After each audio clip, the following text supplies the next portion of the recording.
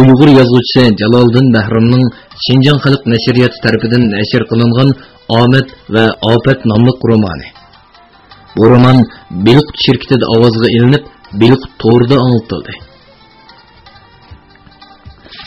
Mart oylarining o'ttirlari bo'lib qolg'ashqa, daraxtlarning soyillari kundan kunga quyuqlashmoqda edi. Silva ham nozik mehribon o'g'li Qaysarni ko'tarib ko'cha avtobusiga orolga chiqib oldi. Oliy maktab o'quvchisi bo'lsa kerak. Kitob tutib turgan bir yigit darhol o'rnidan turib berdi. Mehribon uningga rahmat deb qo'ydi. O bolasining yuziga yuzini yiqib, deriz tarafga qarab oldi. Uning bu harakati ko'zdan taranlab to'kilayotgan yoshlarni boshqalardan yoshirgan edi. Ras. O yig'layotdi. Unsiz yig'layotdi. Bu zodi nima uchun? Mehribon Qadrdan Guangzhouga ketgan 8 oydan beri turmushda so'ruqchilik tatib qoldimi? Yoki ersiz mehri so'g'ib uydan ko'ngli suv ichmayotgandi?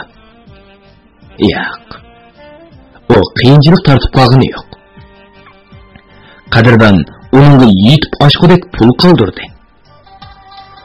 Biroq dadisi degan kulbangi bu 8 oy ichida qanchalik oila mulki o'z zaminlarini setib oq tutunga tegishvatni deysiz.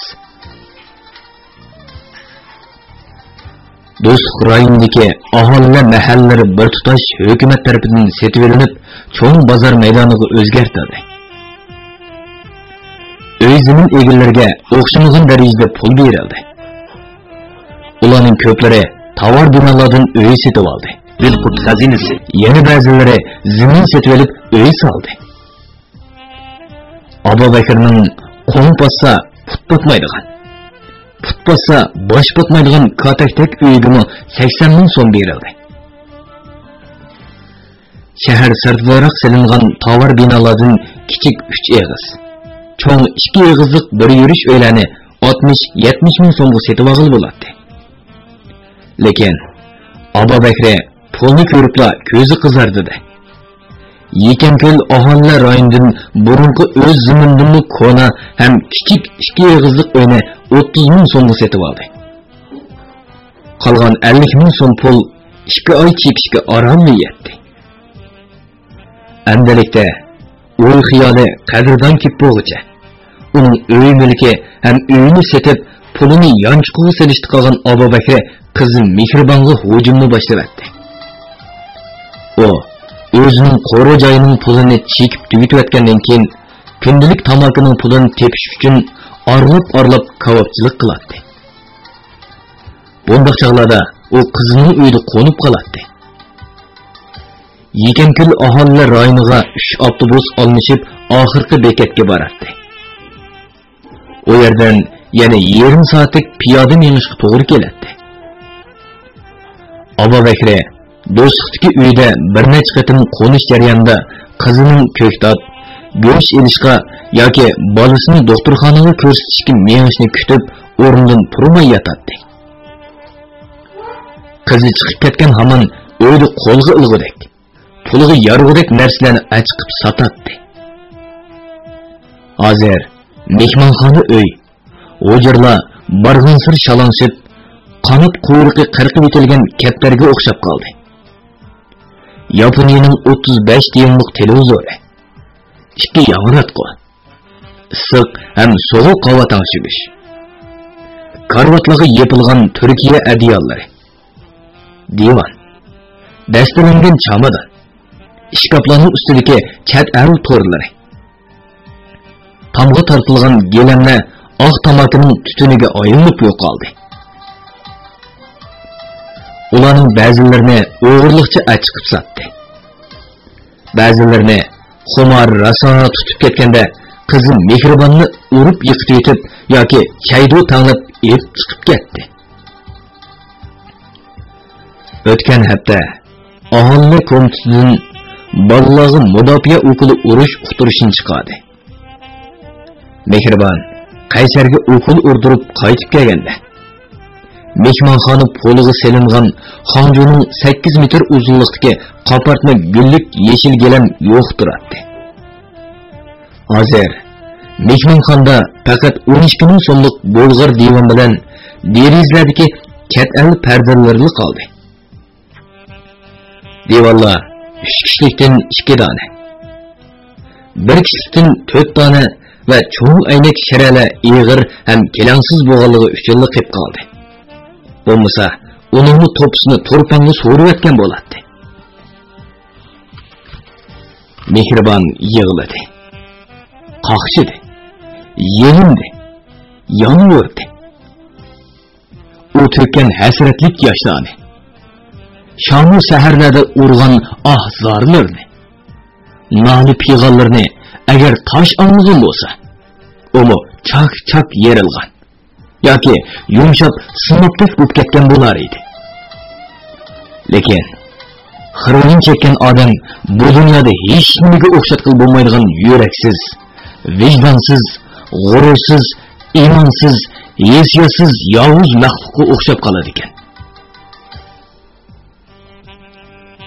Mehribonning mushu kunlarda tortayotgan azoblarini ko'rgan, anglagan, xo'lim qo'shnilari uningga ich og'ritib, Abu Bakrni soqchiga tutib berishni, shu orqali zahar tashlash o'rniga opirib berishni aytdi. Ko'nglida bo'ptila, qancha pul ketsa mayli, dadam saqib chiqsa, menga hamroh bo'lmandi deb o'ylagan Mehribon dadisiga degan edi. Abu Bakr chiqqancha. O'g'lisan, zahar tashlash o'rniga yig'ib olganlarning hammasi yosh bola aka. Men ular dadi bo'lamdan, yo bo'lmiya. Bundaq izoyim men bo'g'icha, ishdan beg'imga eslib urib olganim tuzuk. Deb varqirib ketdi. Bir kuni 4-qavatda o'tirdigan qo'shnisi Ilg'or Zulfiya Arxutulla Mehribonni uyiga chaqirishdi. Ularning har ikkalisi o'qituvchi bo'lib, 30 yoshlar o'pchorisli edi. Mehribon, bola bilan bir qiynab ketyapsiz, dedi Ilg'or yumshoq talaffuzda. Uning ustiga dadamizning selayotgan zulmi haddidan oshib ketdi. Shunga Zulfiya ikkimiz maslahatlashib, soqchiga deyishni to'g'ri topdik. Dadam yomini menodan ko'rdi. Mehribon bolasini bag'riga besib yig'ladi. Mening dadam tursa, soqchiga o'zim tutib berishga. Zaharni tashlab chiqsa, sizga emas, al mahalla, jamiyat, urug' tuqqanligim yaxshi, dedi Zulfiya eg'ir tinib. Xotirjam bo'ling. Zahar tashlash o'rniga to'laydigan 5000 so'm pulni biz beraylik. Zulfiya hadi bilma. Sizlar bek yaxshi odamda. Agar dadam mendili ko'nsa, pulni o'zim bera olayman. Qabrdan men yetib oshqidek pul qoldirgan. Voy, amsi yaxshi-ku. Mana shuni bilan bir kuni kechda soqchilar Abu Bakrni o'z uyidan tutib ketishdi. Atsi Mehribon zahar tashlash o'rniga 5000 so'm to'lab berdi. Abu Bakr u yerda bir qaror turib, 40 kun bo'lganda zaharni tashladi degan isbotni ko'tarib chiqdi. Uning kavobchilik hunariga qaytib kirishganligini ko'rgan Mehribon olamcha shodlikqa cho'mdi. Lekin uning xo'shalliqi tongdagi tumandek ömrü to'liq qisqa bo'ldi. Abu Bakr uzun o'tmay oq tamakini yana tepib oldi. Qisqasi, xirvini chekidig'ini bo'lamdi yoki sotidig'ini bo'lamdi. Mehribon hammaga Tangridan o'lim tiladi. Lekin qadrining esiga kelishi bilan ichida to'g'ri istig'for o'qidi. Mehribon Muntatdan o'ngitdek egri xiyollar bozg'indi ezilib, do'stlik bekatga kelib qolganini bilmay qoldi. O maşindan tushib xalta ko'chaga kirishi. Bino darvozasi oldida turgan pakar kuzovliq mashinani ko'rib qoldi. Mashinaga bir munchilgan Xanzo ishlamchilar 3 kishilik ham 1 kishilik oliy Bulg'or divanlar ham aynak ustallarni besib org'amchi bilan bog'lab o'tadi. O aldirash kelishi. Dadisi Abu Bakri bir turtak pulni chapinning qo'yin yonchug'iga soldi. Chopirga mang deb varqirdi. Angacha Mehribon varqirab, yig'lab, g'avg'o ko'tarishi. Abu Bakri uni ittirib, o'ylab o'lib kirib ketdi. Mehribon uyga kirishi bilan bolasini taxtayliq poldagi ko'rpiga o'ltirg'izib qo'ydi. Dadisining yoqasiga esildi. Uning maydasiga mushlab, o'ng solib yig'lamoqda edi. "Ita, sening qayering otiga o'xshaydi. Ey mal'un, sen bu oti bo'lib qoldingmi? Bir o'bdan uyimni so'rib etdingmi? Qabirdonga nima deb javob beraman? Uning yuziga qandoqmi qarayman? Qarab boqma. Mehmonxona, hujurlar, mushundaq vayronimidi? Sana bana minnet kanıtını yapan acı sersem yigitke qandoqmi yuz kelalaymiz? Sadi sen odammi yoki g'ayri olamdan kelgan ofat mal'unmi? Abu Bakri Mehribonning dung'urlardan papalab, balasi o'ltirgan ko'rpiga o'ltirg'izib, o'zi taxtaydili yukinib o'ltirdi. Uning chiroyida ne xijillik, ne nomus qilish yoki o'kinish alomatlari yo'q edi. Faqat tosh beg'irlik, rahimsizlik, qari ko'ngillik, diyonatsizlik, qari tomg'idik yuragiga besinib ketganligi xunuk ko'zlardan bilinib turardi. Mehribon, hay, aqlsiz bola. Abu Bakri gapini g'ulashlab so'zib boshladi. Yuz kelanmayman, qor yonmayman. Nima deb javob berman? Voy, qandoq gap bu? Savdo setiq, ilm berim, tijorat. Qisqasi, pulpazlik asosiy iqimiga aylangan ekan. Odamlardagi mehr shafqat, odamiylik, insonparvarlik ham diyonatning o'rnini insofsizlik, aldamchilik, hiyla-mikr, qulluq shundoq egallaydi ekan. Chunki pul demaklik manfaat demaklikdir. Manfaat bo'lsa insof, diyonat, odamiylikni qabul qilmaydi. Chunki ota-onasining oldiga olgan savdogar boy bo'laydi albatta. 10 tangalik narsani 9 tangaga sotadigan supurgi ziyonkesh bo'lmasa kerak. Sen nima demoqchi? Varqirdi Mehribon jili bo'lib. Hozirgi vaqtda diyonatlik odam qanday demoqchimisan? Puq yetsa, hamma odam senga o'xshash iymonsiz bo'lmaydi? O'ylab ko'ring qizim. Sizning eringiz qadrdonmi chekadi-ku. Amsa, u iymonsiz munofiqmi? U sizga o'xshash ojizlarni bo'lib, qaqshatqani yo'q. Chunki uning puli bor. Agar pul bo'lmay baqsinchi qani. Sizning ko'nglingizni setib, xir o'yinchakmisa, oldingizda o'lib berma. Mehribon rostini o'yinib qoldi. U hozir ko'zi ko'rib, qo'li anglab turibdi. Xiroyin chekanlar xumora tutqanda ota-onasini pul tepmadan deb paltodi chanovatdi. Xotinlarni pul tepishga qistavotdi. Agar bir chekim xiroyin bergan odam uning xotin qizlarini ko'z oldida oyoq osti qilsa, u odam ular bilan chattiqi bo'lmay, balki oq tutunni huzurinib so'mirib bergan bo'ladi. Ras. Qadrdonda pul bo'lmay, dadisining horiga tushib qolsa, u qanday qilar ekan? Shunga qizi. Obdan o'ylanib ko'ring. Mehribonning jimib qolganligidan Abo Bakirga jon kirdi. "Mao uyingiz aslida 280 ming so'm. Zinnatlanganligini qo'shsak 320 ming so'mga boradi. Osh pulning 20 ga satsaqmi? İkimizning kunlari baxtlik, rohat o'tadi." "Uxlabchim!" varqirdi Mehribon. "Agar shunday qilmoqchi bo'ldi-kansa, soqchiga berib, seni qo'lga oldirayman."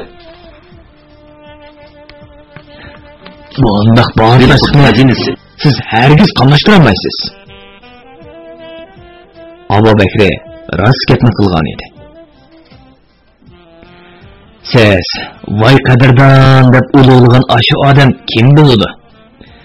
Guangzhouda biror Hanzo qizni nikohiga olib elib, kagizganmayotandi tehi. 4-5 oydan Mehribonni elib ketaman degan edi. Hozir 8 oydan oshdi. Mayerda siz nikohida turuqliq o'ylangan odam, u osmon kamiyada qilmay qilama? Men ishonmayman. Bu sizning qilsingizga urib topgan gapingiz." "Voy, jinim qizim. Qadrdan ketpo'g'icha sotadiganni setib, elib ketadiganni elib ketmasak, keyin pushaymon qilishga ulgurolmay qolamiz." Abo Bakir bilan Mehribon ota bola ikkisi ana shundoq yoqilishib ham takallashib turgan edi. O'smarxon jannat ne'matlari oshxonasi orqa hovlisiga bir yurtiqlar to'plashgan bo'lib, Asadning o'limiga kelgan ta'tichilar edi. Ammo ishkarga mehmonxonada Aboq do'sti bilan O'smarxon bir-birining qonini bo'g'ib, qabohat sart tilla bilan tallashmoqda edi. "Ey, qirmada pul deb oxir Asadning beshini yedim. Qizimiz Axtar Niso bilan kelinimiz Osiya Guangzhou turmusida." Aboq do'sti o'zining egiz Husnarixonni sakrab turib bir soldi.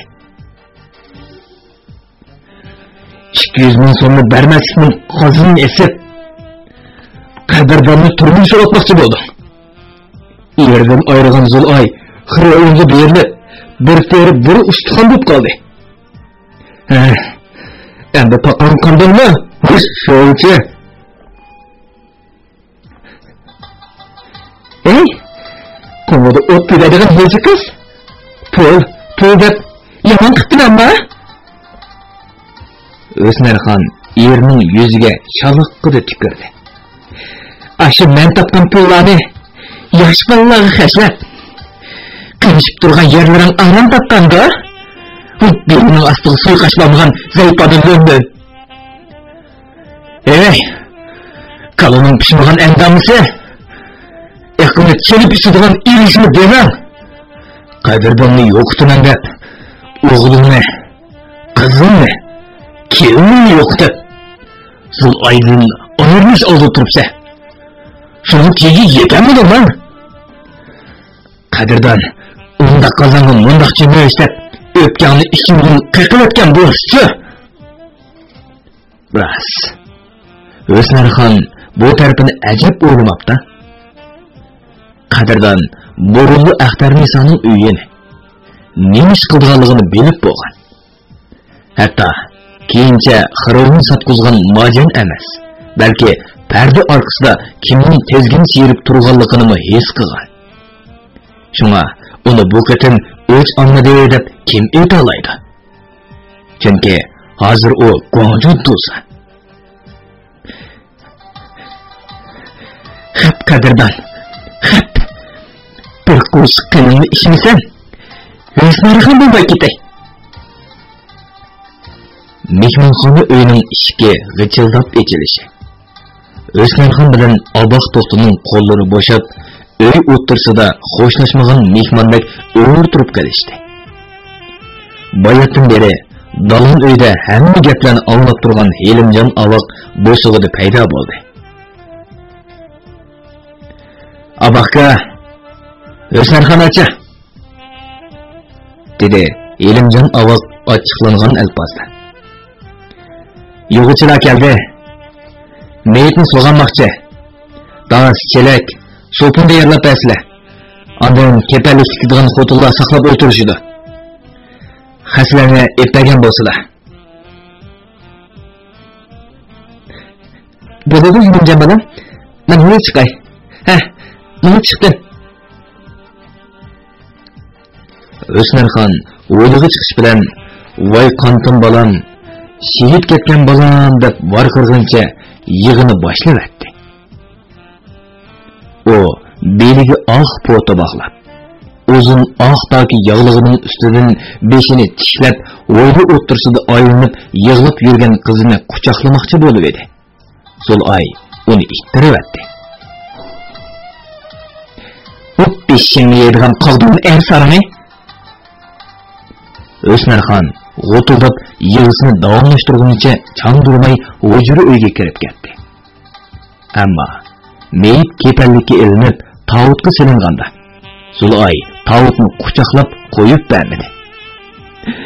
"Canım aka, insoniyatning qurboni terilmishi. Meni orqangda yetib borma aka.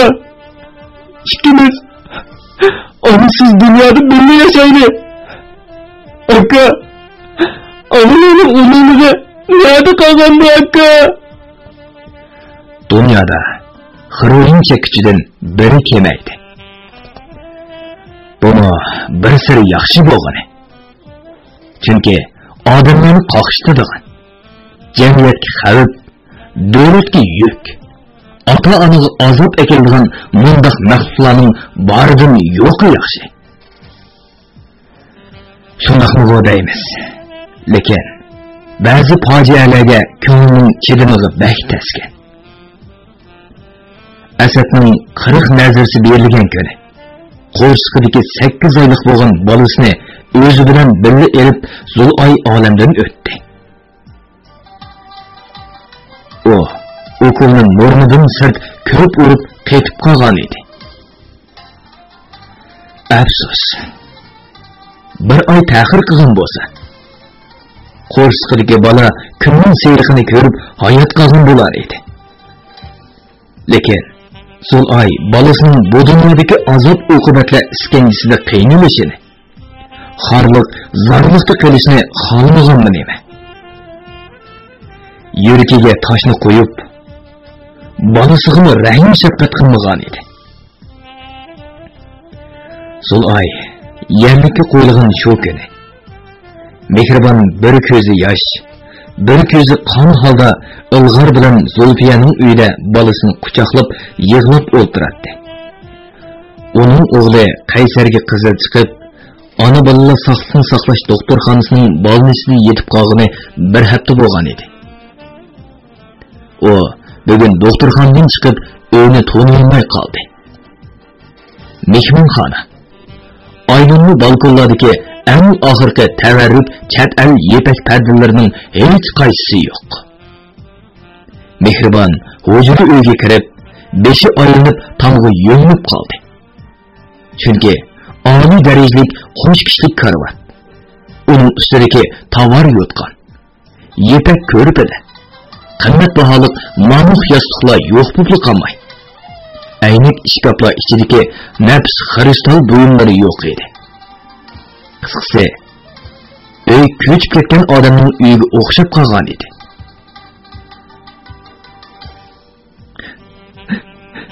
Uyning oshqishlarini sizlarga beray. Qadrdan kelib qolsa, berib qo'yasizlar, dedi mehribon yig'lab turib. Qo'yni yaxshi yetishgan edik. Sizlarni toza sevgindigan bo'ldim.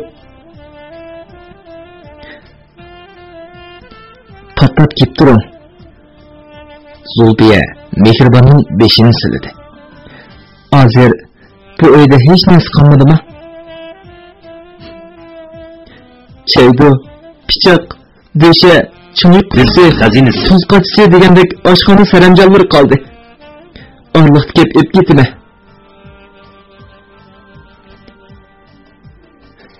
Ansa, oshqishni shu chog'da bering. Siz kelganda biz yo'q bo'lib qolsak, bekorli jafo tatib qolasiz, dedi Zulfiya. Haras, hozirgi yeni yo'llar nerede? Mutlaka bilmedim. Lekin bekmi yiroqga. Mehribon qasddan yo'shirdi. Keyin dadamdan o'qib deb beray-a? Mehribon oradan 3 kun o'tganda o'g'li Qaysarni ko'tarib oshxona saramjonlarini og'ili keldi. Lekin uyning ichki yerim o'chiq bo'lib, ichida bir necha odamning nimadandir da'vatqanligi anglab turadi. Mehribon eshikni asta ittirib, texmi cho'ng'iroq ochdi-da. Bo'layotgan so'zlarga quloq soldi.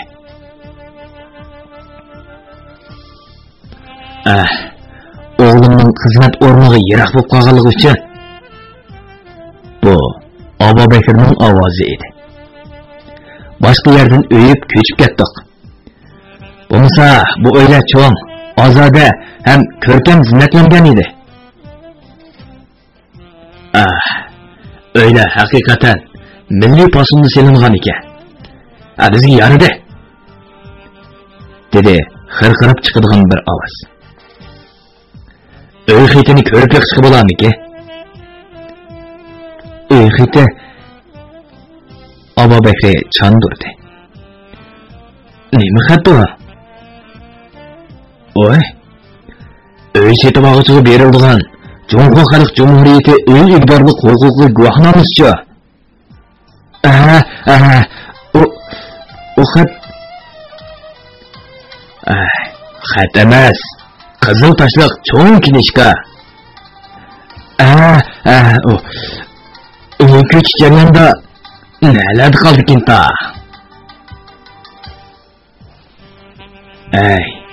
O kinishkining ichida o'zining tashrif xaritasi bor, dedi xirqiriq ovoz. Sizlar kinishkin topgandan keyin rasmiy so'zlayli. Öyle egisinden, öyle setilmeydi. Mehribon varqirab kirib keldi. Bu adamdan öyle alsanglar, sotqa tushib qolsizlarmi? O yo'ldishimning komandorib kirib ketgan fursatini foydalanib, o'g'irlikcha setib xiroyin chekmoqchi. Hammaning og'zi uchiqli qoldi. Ular xuddi vabo ilohiydan qochgandek bir-birlab chiqib ketishdi. Abu Bakr etqusiz usul bo'lib, po'kollargacha qizarib ketdi. O Mehribonning qonidini siqib o'ltirib o'tkisi keldi.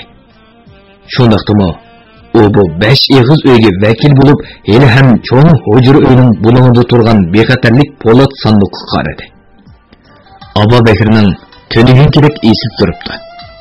Qadrdan bu sanduqni elib kelganda, mashinadan tushirish, ikkinchi qavatga elib chiqishda bexatarlik po'lat sandug'ini sotgan shirkatdan birga kelgan 4 Hanzo ishlamchi sim arg'amchilarni bog'lab ko'taramay, darvoza qorovuli ham Abu Bakr hamkorlashib, baldoqlar orqali bir qadam menib, bir dam elib yurib, 1 soatlik vaqtda Aron uyga chiqqan edi. Uy egidorlik huquqi guvohnomasini qadrdan ko'tirib yurmaydi. Shunga o narsa Aşı bexatarlik sanduq ichida bo'lmay nada bo'ladi? Shuncha odam o'ttirsida rasvoyi olam bo'lgan Abu Bakr tishini tishiga besib qaytib ketdi.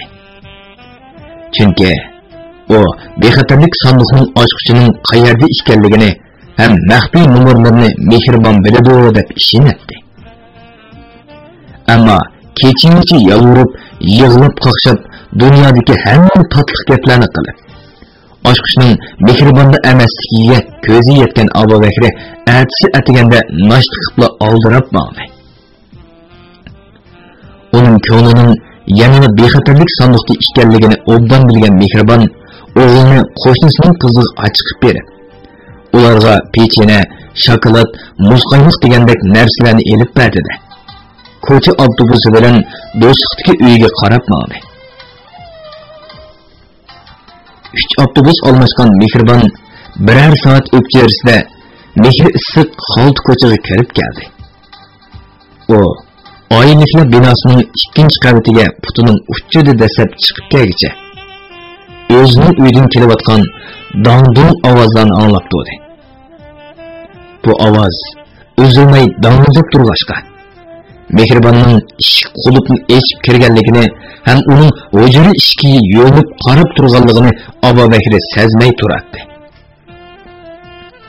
Abu Bakr ko'ngligini silib etib, yalang'ochlanib, yo'g'on bulqi bilan bexatarlik sandiqning ustiga ham oldiga uratdi. Bulqining qattiq silikishidan og'rib ketgan olqonlarini uvulaydi. Shu asnoda Mehribon polda turgan oshqushni ko'rib qoldi. Ostona berib uni elib oldi. Abu Bakr o'g'irlikchi ko'paytib yastilgan bu oshqushlar nurg'un ziyonlarni sog'an edi. G'azabga kelgan Mehribon qattiq vaqirdi. "Baba! Chiqar! Chiq!" Dahshatlik cho'chib ketgan Abu Bakrning qo'lidagi bolqa putiga tushdi. Net sakrab ketdi. Sen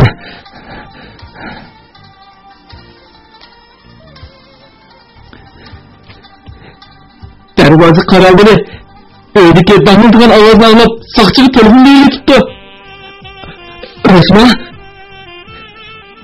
Ishonmasang o'zingga. Mehribon orqaga qayrilib yig'ishi. Abu Bakrmo ko'ngligini og'inicha tikaverdi.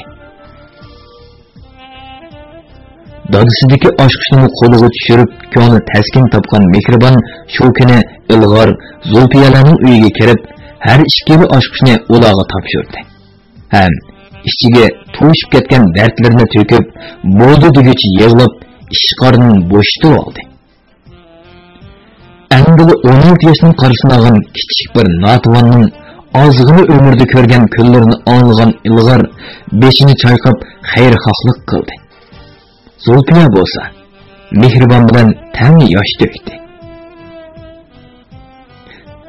"Rasululloh, dadamiz bilan birga o'tiribmiz yo'qmi?" so'radi Zulfiya hayron bo'lib. "Nimish qanday?" "Nemish qilib so'rag'ingiz nemisi?" dedi ilg'or beshini ko'tarib. "Heroin xumar tutgan odam g'oljir shar bo'ladi. Ko'ziga hech narsa ko'rinmaydi." "Ilg'or kam to'g'ri deydi." Mehribon yuzlarini surtdi. "O'g'lim qaysardan ansiraymi? Uni dadisi bir qatimni ko'rmadi. İcare ettiğince dedi Zulfiya. "Mushada o'tirsangiz bo'ldi-ku." Uy ichidan bo'ron uchib turdi. Dadam nimmasini setib, xiron chekib tugatdi. Mehribonning o'pkisi o'rilib, gap qilolmay qoldi. Agar Qadirdan kelib qolsa, men uning qaysi yuzim bilan qarayman? Sizlar bilmaysizlar. U dadamga qilmagan yaxshiligi qilmagan. Lekin dadam bakmi qora yuzlik qildi. Uxdim. Ilg'or shartlib beshini ko'tardi. "Siz Qadirdanga menga ko'rmas qaror etkapsiz. Bunda qilsangiz, bolangizni menga ko'rsatmamsiz?" "Undaq emas. Navoda u kelib qolsa, bolamni uning tashiga avatini. Bolam o'zi to'yishib beradi." "Voy, siz turmushdagi ba'zi ishlarga bakmi inchiklik bilan qaraydi ekansiz," dedi Zulfiya sal kerikib. "Nimachi nozik bu? Qadirdan sizni shuncha yaxshi ko'rgan yerda uyni dadingiz vayron qilib yetibdi deb toptani qilib yurami?" "Men unga o'zimdan bekerak ishinaman. U hargiz undoq demaydi." Mehribonning ko'zlaridan yoshlar to'kildi. "Men o'zim unga qarayolmaydi ekanman." Shu kuni Mehribon uyga qaytib kelguncha yig'isi to'xtamadi. Kechda atgan suiqosh ko'ngilsizda ichildi. Aba Bekri yine tapten kılgıl duruptu. Mehriban öyünün aşkışını ilgir muallim saqçıqanıga tapşırıp bergenligini eytip gapni üzüp etdi. Bunu bilan qizig'i bo'lgan o'chmanlik Aba Bekrining ko'ngliga o'g'idek uyib qoldi. 320 ming so'm oz pulma? Bo'pti. 300 ming degandimi? Necha yil oldi orqasiga qarab sanmay tamakining hurdisidan chiqdi emasmi? Endi Aba Bekri nimasiga tayindi? Qizining uyini oq to'polonga aylantirib bo'ldi. O'zi bo'lsa ish xo'shaqmas lantasin bo'lib qoldi. Uning gelig'i kim tomoq beradi? Tamakisini qadirdan ta'minlab turadi. U bo'lsa hozir yo'q. Bo'lgan taqdirdami qaysi yuzini ko'tarib boradi. Qadirdan ketadigan chig'ida mehribonga zo'rlik zo'mbilik qilmasin. Bo'lmasa senini bo'g'izlashda oldi orqani qarab o'tirmayman degan edi. To'g'ri. Biz o açıkta yamanlıkta oq yılan, tersalıkta böre, mehribanlıkta onu şerge okşaydıgan bala. Aba Bekri, en şundak hem sesik hem eğri eşekinin tapığı aylandı. Onu dermal kötürüp taşlı ötey desen, şirşem kötektek kımarlatkılı olmaydı. Taşlı ötmesen, onun bədboy pırıqı bütün adamızatını bezar qıladigan yergenişlik məxluqqa aylanğan. Mehriban, yeken köldeki tuğu katıgidek 2 eğiz öyde dadısı bilen 5 ay birli olturup, cenibin cah toydu. Bu ləneti neciz, yağıtqın tamıqının nədin kelivatqanlıqı. Öyge kündü qılınavatqan kömürünün pulu hem kim tağırdı yüdüp əkilivatqanlıqı. Nevrisi Kayseri'ge işkizlivatkan süt. Süt para şoki. Kuvvetlik doğrularının qanç pulga kelgenligi bilen bir pay kari yok edi. Mehriban bir kuni tamıqını yetla talagı mang'ın Aba Bekri'ge açıqlap qaldı. Siz kaçangacha tamaq yeb, qachi bekar qilib, terakxonaga kirib, qo'rsoq bekar qilib yursiz? Bozorga chiqib, nima qilsangiz bo'lmadi? Mehriban bulmakı onu koruvatadi. Eğer top setiş bazırgı berişke erinsen, balığı qarab turgan, göğüs, ciğer 3 aylani men ekilip berey. Vah, hoş yaxmısa. Aba Bekri ağzını yoğun ekip esnedi. Ak kuşkaşının tergini yok. Aşıqdan ölümün yo'q debdiki. Aşıqdan ölüp qalmasmi? Nimishqa aşıqdan ölüp qalatding? Bu yerda tayyorga hayyor bo'lasan. Ma'qul. Ma'qul. Bergan tamog'ini minnat qilatamsan? Minnat ishondan qorningning o'ch yaxshi edi. Yemisam bu bo'lgan-da. Yemisam yeme. Mehriban Serdi bilen varqırdı. Bütün sürüp bir erik iştirip, tulqağın kiçikkini kızının koluğu qarab yaşasın, neymişme kıldı bana? Yemisem yeme davattın mı? Qara, malı qarayı kızdan. Aba Bekri, paytımının meşki qaqıldı. Öy purap gitti. Sesik paytımı alpattı? Ben niyede bulmakla onu koruvatime. Uy, sestirette öyle. Sen tamıqını tolu taşkınma. Aba Bekri kollarını çırptırdı. Mavi öy kimden öyle? Sen kimden öyle yetip kupuvatsa? Peki, yarı küllikiye pul anığını hoş bul. Hatta, şu uyumni çekengi temip koysam? Mehriban, derizi uyqudan aynak qutini elipla varqirib etdi. Uy Xudoyim, qana bo'ldik shekar. Ajab nafsini yig'ilma suqading ha? Mehribonning ko'zidan yosh chiqib ketdi. Ermishkin bolaga sutkichilab yegizadigan pechenyaning hammasini chayirchilab yeb bo'lsa, sening dastanda bu boladan boqqandim yo'q. Azroq shekarimni yavag'ingdan nima bo'pti? Sening o'g'il mushdek timiz qiladigan ishing tiq tugmidimi? Mehribon yig'lab aytdi. Bolaning ilimdeki demay süt, süttan şöke, şeker, pechenlerni olib qo'ymaysa, o'tganda o'ydim ko'mir akirib, meshk selish orlig'ida keyindiki bundoqni yamabsa, to'ydim bu uyda, mansabdan uy ijara elib ko'chib ketaman. Sen, dadangdan tanmoqsizmi? Aba Bekri g'ajilishib ketdi. Tuzbor qanjoq? Eli men etken tamam deyse, eli balamın yiyini edip ezmeleyse, zabi senin niyetin bozuk. Muşu geplerini 4 adam otursa da diyelemse? Mehribon yığılıp ketken Kaysar'ını qo'liga oldi. Güreç, may, köktatlarını özüm ekelime. Bir neçketim tağardı kömürünü yüdüp ekilip etsem, xaqla Aba Bekri'ni semirtip kurbanlık qılay demsiz deyişti. Ben dadamın mecezi yok dep koydum. Öyge kelsem, bana poq suydu kichilishib qaptı. Asını kurudip mi koymapsa?